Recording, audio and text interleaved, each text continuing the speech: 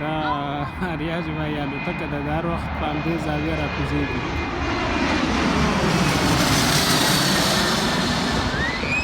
دا لاړه اوس هوایي ډګر په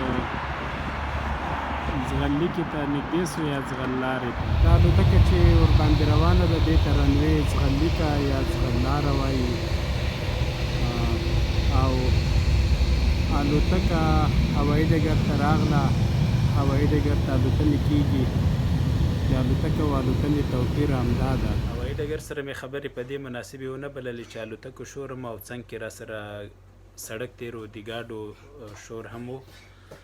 نو ځغللاره یعنې رنوې یا ځغلیکه شوه، او بل الوتکه او الوتنه. الوتکه یعنې پلین یا طیاره، او الوتنه یعنې فلایټ یا پرواز.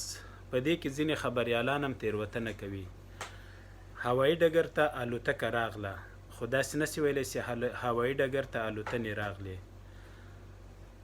او هوایي ډګر ته الوتنې کېږي یعنې پروازونه کېږي یا فلایټونه کېږي، خو داسې نسي ویلی چې هوایي ډګر ته الوتکې کېږي. نه، هوایي ډګر ته الوتکې راځي.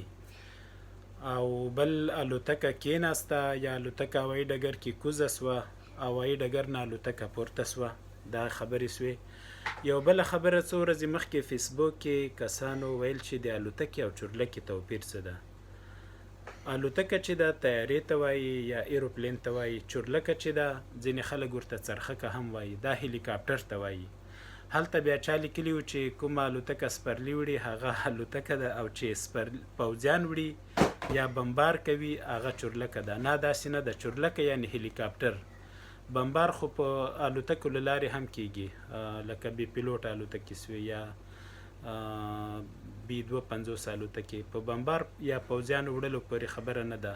چورلکه یعنې هلیکاپټر چې ځینې خلک ورته څرخکه هم وایي. الوتکه یعنې پلین، ایروپلین. بله مسله د هوایي ډګر او هوایي اډې ده. اوس دغه مانچسټر هوایي ډګر دی، دلته خلک الوتکو ته راځي، پکې ځي، یا الوتکې سپرلي راوړي یا خلک راوړي.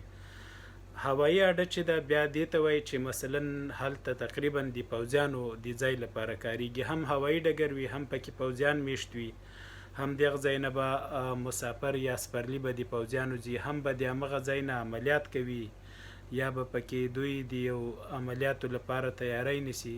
دا د هوایي ډګر او هوایي اډې توپیر څه. هیله ده دې ټکو په توپیر مو سر خلاصوی وي. که څه نظر لرئ زموږ سره یې شریکولی سئ. ښه وخت ولرئ.